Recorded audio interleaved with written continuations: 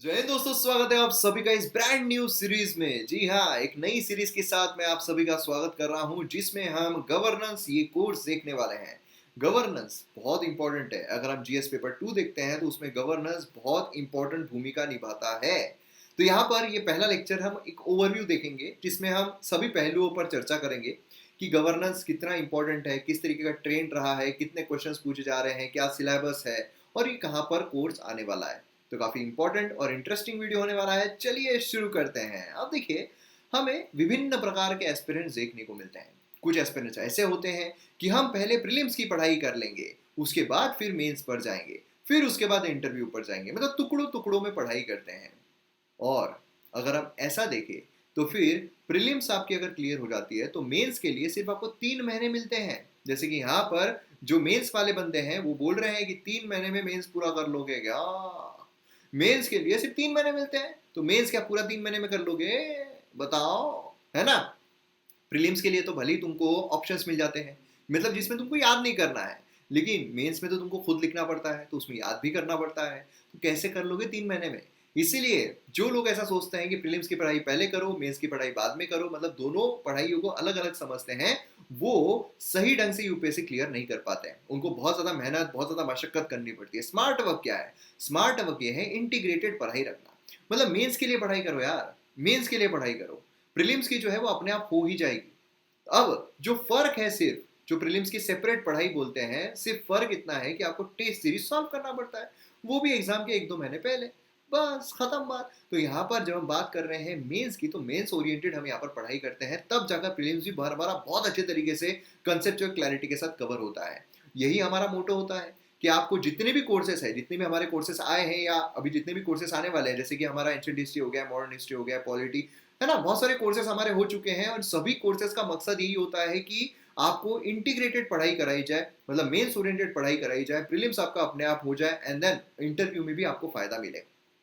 तो यहाँ पर सबसे इंपॉर्टेंट चीज जो है वो ये आती है कि ये गवर्नेंस आता कौन से सब्जेक्ट में है। मतलब हमें अलग अलग सब्जेक्ट देखने को मिलते हैं, GS1, GS2, GS3 and GS4। GS4 अगर हम देखते हैं तो मोस्टली एथिक्स जो है वो हमें देखने को मिलता है। GS1 अगर हम देखते हैं तो मोस्टली ब्रॉडली अगर देखा जाए तो हिस्ट्री, ज्योग्राफी उसमें हमें देखने को मिलते हैं। GS2 अगर हम देखते हैं तो उसमें 4 पैरामीटर्स हमें देखने को मिलते हैं। देखिए, इसमें भी बहुत मिसकंसेप्शन है बच्चों के। मतलब किन किन को लगता है कि GS2 में सिर्फ कॉन्स्टिट्यूशन ही आता है ना, जो संविधान है वही आती है। एंड कुछ कुछ को लगता है कि सिर्फ संविधान और इंटरेक्शन रिलेशन जो है वही आता है। जैसे GS3 में भी बहुत ज्यादा मिसकंसेप्शन है, उसमें सिर्फ इकोनॉमी आता है, लेकिन उसमें भी अगर आप देखोगे तो कई सारे सब्जेक्ट्स है, डिजास्टर मैनेजमेंट है, इंटरनल सिक्योरिटी है, बहुत सारे सब्जेक्ट्स हमें देखने को मिलते हैं। उसी तरह GS2 भी अगर हम देखते हैं तो उसमें बहुत सारे लोगों को सिर्फ लगता है कि ये कॉन्स्टिट्यूशन है यार, कॉन्स्टिट्यूशन है, लक्ष्मीकांत पढ़ लो हो जाएगा। अरे लक्ष्मीकांत पूरा क्लियर, अरे हाँ, मेंस के लिए नहीं भाई साहब, प्रीलिम्स तो निकल जाएगा, मेंस के लिए नहीं है। मेंस के लिए आपको जो स्मार्ट वर्क है वो करना पड़ेगा। जितना भी सिलेबस दिया हुआ है पूरा सिलेबस कवर करना पड़ेगा, और ये मेरी जिम्मेदारी है। एक बार आपने अगर भरोसा कर लिया तो फिर मेरी जिम्मेदारी है। यहाँ पर अगर हम देखते हैं तो इंडियन कॉन्स्टिट्यूशन, मतलब जो हमारा पॉलिटी है, वो तो हमने पूरी तरीके से कंप्लीट कर लिया है, पूरा ही कंप्लीट हो गया है, काफी डिटेल में, डीप में हमने डिस्कस कर लिया है काफी अच्छे तरीके से। तो यहाँ पर इंडियन कॉन्स्टिट्यूशन जो है GS2 में वो देखने को मिलता है, गवर्नेंस देखने को मिलता है, सोशल जस्टिस देखने को मिलता है, इंटरेक्शन रिलेशंस देखने को मिलता है। तो यहाँ पर हम बात करने वाले हैं गवर्नेंस की। तो गवर्नेंस ये हम कवर करेंगे। देखिए क्या होता है, जो छोटे छोटे टॉपिक्स होते हैं ना किसी भी सब्जेक्ट में, मतलब समझ लीजिए GS1, 2, 3, 4 में जो छोटे छोटे टॉपिक्स होते हैं ना, मोस्टली एस्पिरेंट्स उसको छोड़ देते हैं कि छोड़ो यार वो नहीं करना है, जो बड़ा वाला है वो करना है। लेकिन जो छोटे होते हैं ना वही आपको ज्यादा बेनिफिट देते हैं। कैसे?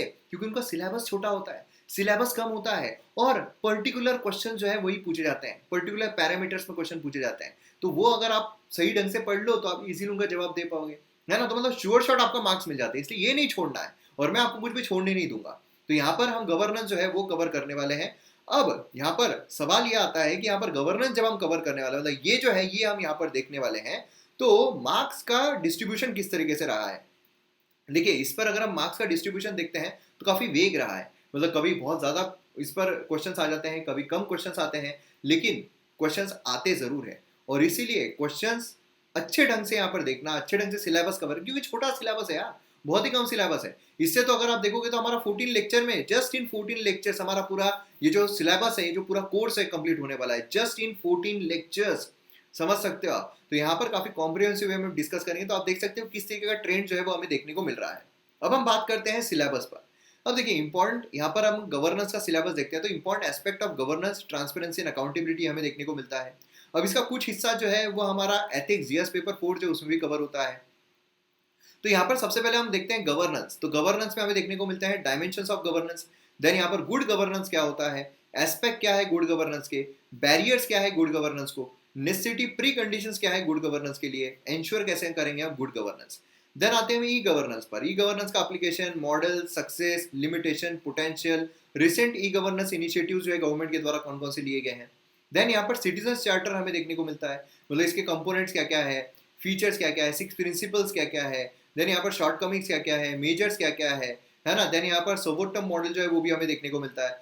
देन एस्पेक्ट ऑफ ट्रांसपेरेंसी क्या क्या है, elements and types of accountability क्या है, यहाँ पर ट्रांसपेरेंसी एंड अकाउंटेबिलिटी इंश्योर करने के लिए क्या क्या है, जैसे आरटीआई है, सोशल ऑडिट है, विसल ब्लोअर प्रोटेक्शन बिल है, लोकपाल लोकायुक्त एक्ट है ना। तो ये हमें यहाँ पर देखने को मिलता है। देन उसके बाद अगर हम जाते हैं तो role of civil services in democracy हमें देखने को मिलता है। इसमें सिविल सर्विसेज जो रोल प्ले कर रहे हैं एडवाइजरी, पॉलिसी मेकिंग में, जितना भी यहाँ पर है, वॉच डॉग, सब कुछ यहाँ पर आता है।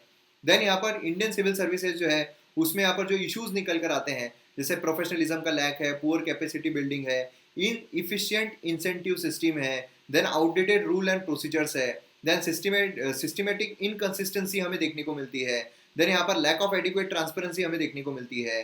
देन यहाँ पर अगर हम देखते हैं तो पुअर पे हमें देखने को मिलता है, पावर कैप्चर करने की टेंडेंसी देखने को मिलती है, मतलब बेसिकली इरोजन हमें देखने को मिलता है।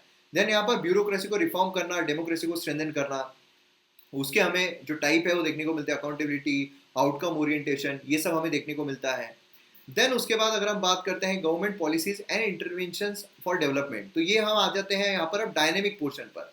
तो डायनेमिक इसमें अगर हम देखते हैं तो गवर्नमेंट की जो पॉलिसीज हेल्थ पे, जेंडर पे, एजुकेशन पे, पॉवर्टी पे, इकोनॉमी पे, देन यहाँ पर इश्यूज जो अराइज हो रहे हैं, यहाँ पर कंसर्न जो है, सजेशन जो है इंप्रूवमेंट के लिए, यहाँ पर जो critical assessment centrally sponsored scheme से रिलेटेड है। देन यहाँ पर मेन स्कीम जो होती है, बहुत सारी मेन स्कीम्स होती है जो हमें देखनी पड़ती है, कंटेम्प्रेरी स्कीम्स होती है, वो ऐसा नहीं है कि एक साल पहले की हो गई और वो चली गई तो फिर उसका किस्सा खत्म। उसमें गवर्नमेंट कंटिन्यूसली अपग्रेडेशन करती रहती है, तो वो स्कीम्स काफी इंपॉर्टेंट होती है। देन यहाँ पर डेवलपमेंट प्रोसेस हमें देखने को मिलती है, मतलब अगर आप देखोगे नॉन गवर्नमेंट ऑर्गेनाइजेशन जो है उनका रोल, इम्पैक्ट किस तरीके का होता है, सेल्फ हेल्प ग्रुप जो है उनकी जरूरत, बेनिफिट्स क्या क्या है, देन उसके बाद सोसाइटीज, ट्रस्ट, कोऑपरेटिव्स, ये सब हमें यहाँ पर देखने को मिलते हैं, कोऑपरेटिव्स की जरूरत क्या है ना, ये सब हमें फैक्टर्स देखने को मिलते हैं। तो ये सब हमें सिलेबस जो उसमें देखने को मिलता है गवर्नेंस के। तो यहाँ पर गवर्नेंस का काफी लिमिटेड छोटा सिलेबस है जो काफी इजीली कवर हो जाता है, मतलब प्रेडिक्टेबल क्वेश्चंस होते हैं कि हाँ यार क्वेश्चंस हमें पता है किस तरीके से पूछे जाएंगे, किस ढंग से पूछे जाएंगे, उसका एक ढांचा बना लो, किस्सा ही खत्म। मार्क्स जो है वो पूरे में से पूरे मार्क्स मेरे को मिल जाएगा, पूरे में से पूरे, मतलब ऐसा नहीं है कि जितने आए उतने, वो एक होता है कि इससे ज्यादा आपको नहीं मिलेंगे। अब देखिए क्वेश्चंस कैसे हैं, देखिए बहुत एक जो कंपोनेंट है स्मार्ट स्टडी का वो ये है कि आपको ट्रेंड पता रहना चाहिए, नहीं तो पूछा जा रहा है आपको काफी सेंटेंसेस में, काफी लॉजिकल एंड आप फैक्चुअल चीजें याद करने में लगे हो, मतलब उसमें स्मार्ट स्टडी नहीं कहते हैं। स्मार्ट स्टडी होता है कि क्वेश्चंस आपको किस तरीके से आ रहे हैं, ट्रेंड के हिसाब से आप पढ़ाई करो, और वो मेरी जिम्मेदारी है कि मैं करवा दूंगा। यहाँ पर क्वेश्चंस आप देख सकते हो कि ई गवर्नेंस, यहाँ पर देखिए ई गवर्नेंस पर क्वेश्चन है। E governance is not only about utilisation of power of new technology but also much about critical importance of the use value of information. देखिए क्या होता है ना, बहुत सारे एस्पिरेंट्स क्वेश्चन को समझ नहीं पाते हैं, मतलब ऐसा होता है कि क्वेश्चन पूछा गया है कुछ और वो जवाब लिख रहे हैं कुछ और, क्यों? क्योंकि उनको वही चीज आती है, तो फिर आपको मार्क्स नहीं मिलेंगे। अगर आपको एक्सेल करना है, अगर आपको अच्छे मार्क्स स्कोर करना है, तो जो पूछा गया है वो आपको लिखना पड़ेगा, ये नहीं लिखना पड़ेगा जो आपको आता है, ठीक है? जो आपको आता है उसमें उनको कोई इंटरेस्ट नहीं है, जो पूछा गया है वो अगर आप लिखोगे तो आपको मार्क्स मिलेंगे। तो क्वेश्चन को समझा कैसे जाए, क्वेश्चन को अप्रोच किस तरीके से किया जाए, ये बहुत इंपॉर्टेंट चीज है। उसके लिए आपको प्रॉपर नॉलेज रहना जरूरी है, कॉन्सेप्चुअल क्लैरिटी के साथ, तो वो यहाँ पर हमारा कवर हो जाएगा, मतलब एक एक मार्क का हम यहाँ पर हिसाब जो है वो रखेंगे। देन यहाँ पर आप देख सकते हैं hunger and poverty are the biggest challenge for the good governance in India still today. तो यहाँ पर गुड गवर्नेंस जो उसके बारे में क्वेश्चन आ गया है, प्लस हंगर एंड पॉवर्टी जो है उन्होंने मिक्स कर दिया है ना। Evaluate far successive government have progressed in dealing with the homogeneous problem, suggest measure for improvement. Then self help group के बारे में यहाँ पर क्वेश्चन आ गया है, self help group bank linkage programmes, India's own initiative has proven to be most effective poverty elevation and women empowerment program, इसको आपको इलिसिडेट करना है। तो ये वो है जो पूछे गए हैं, तो आप ट्रेंड देख सकते हो किस तरह क्वेश्चन जो है वो आपको आ रहे हैं, है ना। तो इसी ढंग से हमको आपको अप्रोच करना पड़ता है इसी ढंग से हमें पढ़ना पड़ता है। और ये अगर आप कोर्स देख लोगे ना, आपको और कोई भी सोर्स रेफर करने की जरूरत नहीं पड़ेगी, कोई भी सोर्स रेफर नहीं करना है आपको, प्योरली आप इस पर डिपेंडेंट रह सकते हो और मैं आपको गारंटी देता हूं कि ये आपके लिए सफिशिएंट रहेगा। ठीक है। अब यहाँ पर सवाल ये आता है कि कोर्स आएगा कहाँ पर। तो ये कोर्स आने वाला है MM Academy ऐप पर। तो MM Academy ऐप अगर आपको नहीं पता है तो आप डाउनलोड कर सकते हो गूगल प्ले स्टोर से जाके। उसमें आप MM Academy ऐप डाउनलोड करोगे तो आपको साइन अप जो है वो करना पड़ेगा। साइन अप आप कर लो कि काफ़ी आसान है, फेसबुक जीमेल से भी आप साइन अप कर सकते हो या आप नॉर्मली भी साइन अप कर सकते हो आपकी जो भी इन्फॉर्मेशन है वो देके। और डेमो लेक्चर जो है वो भी आप देख सकते हो। अगर आपको कंफ्यूजन होगा कि यार सही में ये जो बोल रहा है वो करेगा या नहीं, या सही में जो बोल रहा है वो सही में उस तरीके का मैटर देगा या नहीं, तो आप जो डेमो लेक्चर्स है वो देख सकते हो। हर कैटेगरी में अगर आप जाओगे तो पहले 2 लेक्चर जो है डेमो लेक्चर आप देख सकते हो, है ना। पहले इस्तेमाल करो फिर विश्वास करो। फिर उसके बाद आप प्रोफाइल जो है उसमें जाओगे, मतलब यहाँ पर अगर आप क्लिक करते हो यहाँ पर, तो फिर आपको इस तरीके की जो है वो ऑप्शन नजर आएगा। यहाँ पर आपको आप PDF जो है वो भी ले सकते हो जितने भी हमारे लेक्चर्स है। प्रोफाइल में जाओगे तो प्रोफाइल में आपको वो सब्सक्रिप्शन के लिए मांगेगा और नॉमिनल सब्सक्रिप्शन फी है, मतलब बाकी जगहों पर जितना आपको 1 महीने का देना पड़ता है उससे भी कम में आप 1 साल का कोर्स जो है वो एंजॉय कर सकते हो। आराम से बैठकर 1 साल के लिए आप हमसे जुड़ सकते हो। मैं आपके साथ कंटिन्यूसली जुड़ा हुआ रहूंगा, पर्सनल गाइडेंस मैं आपको प्रोवाइड करूंगा जहां पर आपको और कहीं पर भी जाने की जरूरत नहीं है और कोई भी आपको चीज सोचने की जरूरत नहीं है, सब कुछ आपका कवर जो है वो हो जाएगा। देन आपको यहाँ पर प्लान जो है वो आप अलग अलग प्लान है जो आप परचेस कर सकते हो। मोस्टली बहुत सारे एस्पिरेंट्स 1 या 2 साल का परचेस करते हैं, मतलब अगर आपको 2 साल बाद की एग्जाम देना है, 2 साल बाद का 1 साल की देना है, तो 1 साल का प्लान आप परचेस कर सकते हो। एंड कोर्सेज जो है उनको आराम से बैठकर एंजॉय कर सकते हो। तो इसीलिए यहाँ पर जितने भी हमारे कोर्सेज रहेंगे गवर्नेंस के MM Academy ऐप पर ही आएंगे और काफ़ी कॉम्प्रिहेंसिव डिटेल कोर्स रहने वाला है। बाकी भी जो कोर्सेज है वो सारे डिटेल कोर्सेज ही आपको देखने को मिलेंगे। तो मिलते हैं हम MM Academy ऐप पर इस कोर्स के साथ। जय हिंद।